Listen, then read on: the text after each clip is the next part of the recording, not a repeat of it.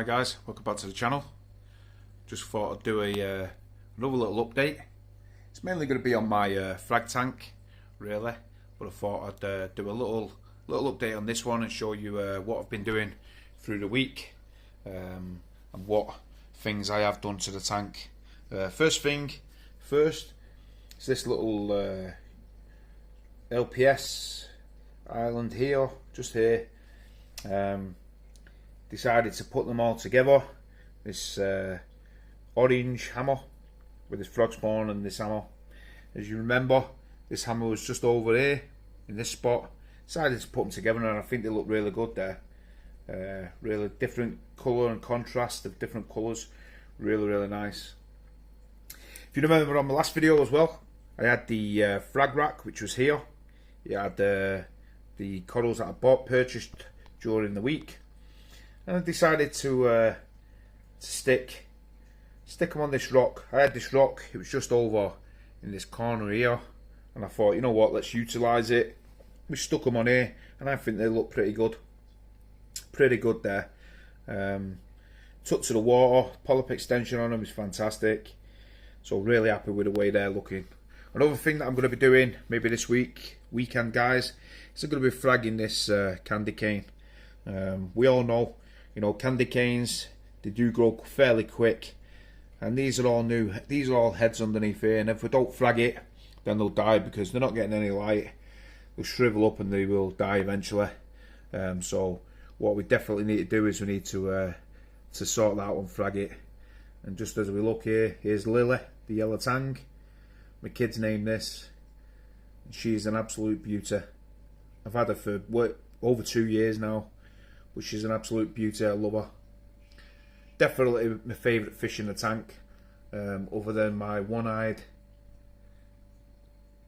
mandarin, but she's a beaut. The zoas and everything are all looking good, all looking healthy. The other frags that were on that rock are just here. Here's my Monty T, my that's my Kung Pao, that's my Monty T, Rainbow Phoenix, and I always forget this one, I can't remember that one. But if you see, there's my mushroom as well. Loving life there. It's actually doubled in size since I've got it, and yeah, really happy with the way that's settled into my tank. Really nice piece. All the SPS, no sign of flatworms. It's all doing well. Like I've said before in the past, I thought I had I did have flatworms. Since introducing the 6-line wrasse, he's definitely been eating all around here. It's all in this island, all around there. See him all the time, talk about him, there he is. Definitely doing a job for me, and he's definitely done his job because I cannot see. I blew the rock, see if any flatworms come off. I blew the actual corals, and there is nothing that's coming off there. So fingers crossed, he's done his job, and all the flatworms and all the bugs are actually gone. But this one here, this is a Acropora as well.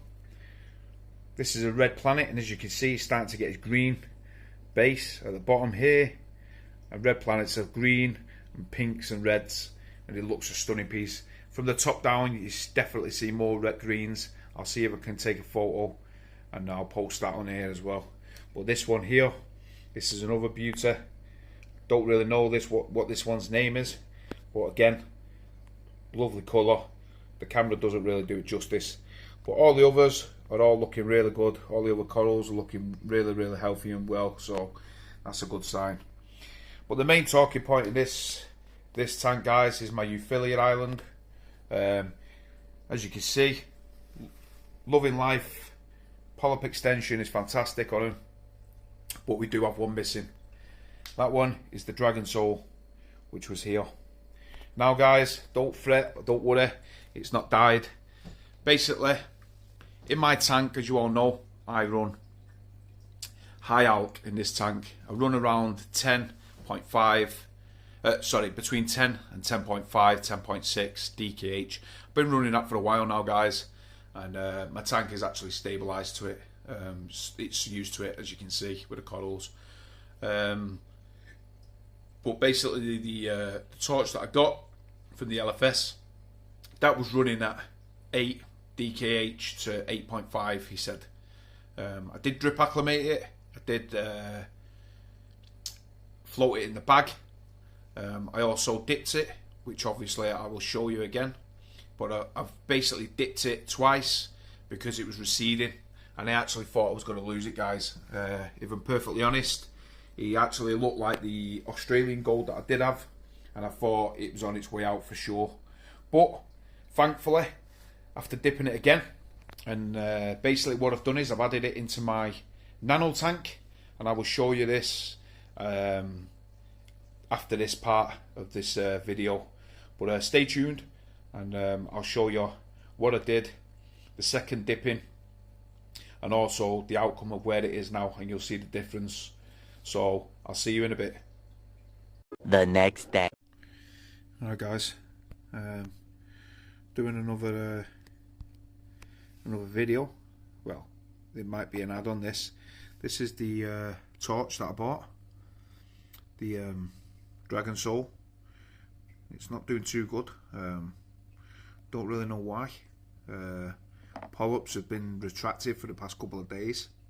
So I thought to myself, you know what, I'll put it in for another dip. But yeah, bit concerning to be truthful. Don't really know why it's not doing too good, but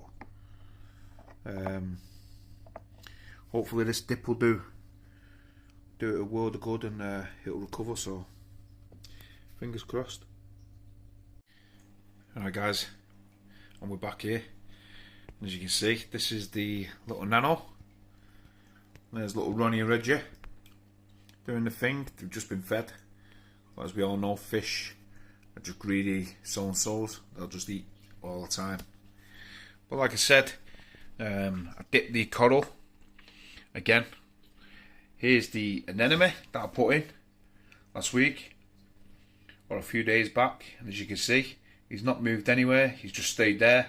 He was on top of that little spot there, but he hasn't moved from there for at least a couple of days, 2-3 days. So seems happy. You know, that's the thing with anemones. If they're unhappy, then they'll just move, you know what I mean, or they're not getting enough light, then they'll just move. So we'll just leave him there and see how he goes. As for the rest of it, this is a little piece of Hirasuta that one of my fish has snapped off my one in the main display tank. So I've seen it floating about, and it was just resting on the floor, so I thought, you know what, we'll stick it in there, see how it goes. And as you can see, loving life there. So the gobstopper zoas are doing really well in here. More and more new heads growing on it. Same as the sonic flare zoas, as you can see. All started with one head, these guys. And look, the jack-o'-lantern. One thing that's not doing too good is these zoas. These are the blue hornets. Don't know why they've curled in like this. It's been like this for a few days, but we all know zoas, you know, they do sulk sometimes, so hopefully they'll come back out. Give them time. There's a few of them that's come out, but we'll see how it goes.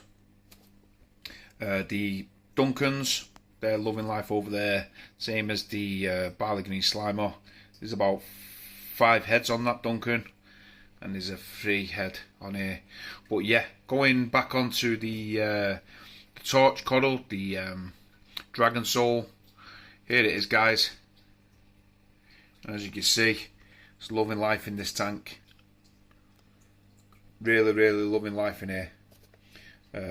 Fully extended, you know. 10 times better looking in this tank. So I think, like I said before, I think it just doesn't like the high alk in my main display. So thankfully I've got this tank, because I think it would have, I think it definitely would have died in my tank. So thankfully I've got another tank. Just very fortunate that I've got another tank that I could put it in. So hopefully he'll do well in here, and we're just going to keep him there. Maybe put him on the rock at some point, but so far we'll just leave him there. He's only been in for the last day or two, so we'll leave him there. Another thing that I did buy, guys, I couldn't resist, You know I love my clams, and this clam is an absolute beauty. Couldn't resist the price, got it for a steal. So clams are really good for your tank, guys, especially ones with higher nutrients. You know, they take out the nutrients in the tank, so really good to have. I wouldn't advise putting a clam in a new aquarium. You know, really it's established ones, or you know, things that have been running for at least 6 to 8 months. I would have thought that you really, you know, you can put them in. But as I said, this tank, obviously I had pieces of rock from my main display, which was that piece there, and then obviously the media from out of my tank I've put in the filter there. But overall, this little nano is doing really well. It's doing better than I actually thought, to be truthful. There's the Aquapod gold tip, which was which I had to dip because I've seen some flatworms on that. As you can see, started to come back, and it was looking a lot better. The Stylopoda frags, they're doing really well. Same as this barley green slimer and the little piece of green Monty. But like I said, everything else, guys, is looking really good in this tank. So I'm really happy with the way it's looking. New additions, but this is I'll probably end up getting a few more little things for it. I do want some rainbow acans, so if any of you guys know where I can get some of them, I'll have to see the bank manager and see if I can get a loan out for them. But yeah, another thing, just while we're here, we never see him, is this little blenny. He never ever comes out, so this is a rare occasion that we see him. Miserable looking thing, but he has his own little personality, same as Ronnie and Redsea. But this is his little cave now. When you feed him, you've got to actually go in and put the pipette into the cave and squirt it in before he comes out. So yeah, bit of a miserable so-and-so, but he's loving his life there. So, but yeah, overall I'm actually loving this part here. It's coming on really good. Hopefully these blue hornet zoas will come out, and it'll look even better. But the bubble tip, see whether he wanders about. Good thing with, like I said, with not sticking them down, is you can move them. These ones, obviously, these are all just frags out my existing tank. So, you know, if I do lose them, then I lose them. You know, it's not the end of the world. But obviously these clams and the torch, I can move. I can just take these off as well, glue them back down. So, and the same thing goes for the Duncans. But other than that, guys, just thought I'd just do a quick little update on this aquarium and the issues that I've been having over the week, the last week or so. But like I said, things happen in this reefing journey, what we're all on. Some take to your tank, some don't. Just like these torches, look at these, loving life. Whereas that torch just didn't seem to take to my water, and rather than risking it of it dying, you know, I've just been fortunate I've got another tank that I can just put it in, and it seems to be thriving in there. So we're going to leave it in there, and I think that will be its permanent home now.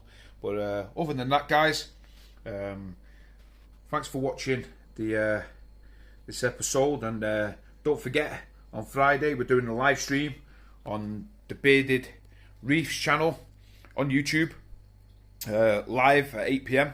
So if you're not doing anything, it'd be great to see you over there. Come and join us for a good chat, get a few beers, and yeah, enjoy. Come and enjoy us, and ask us any questions you want, and if we can answer it, then we will do. If we can't, then we'll point you in the right direction, I suppose. But yeah, hopefully you've liked this video, this little update, and click the like and the subscribe. And I'll see you on the next video, guys. So thanks for watching, and I'll see you on the next one. Cheers.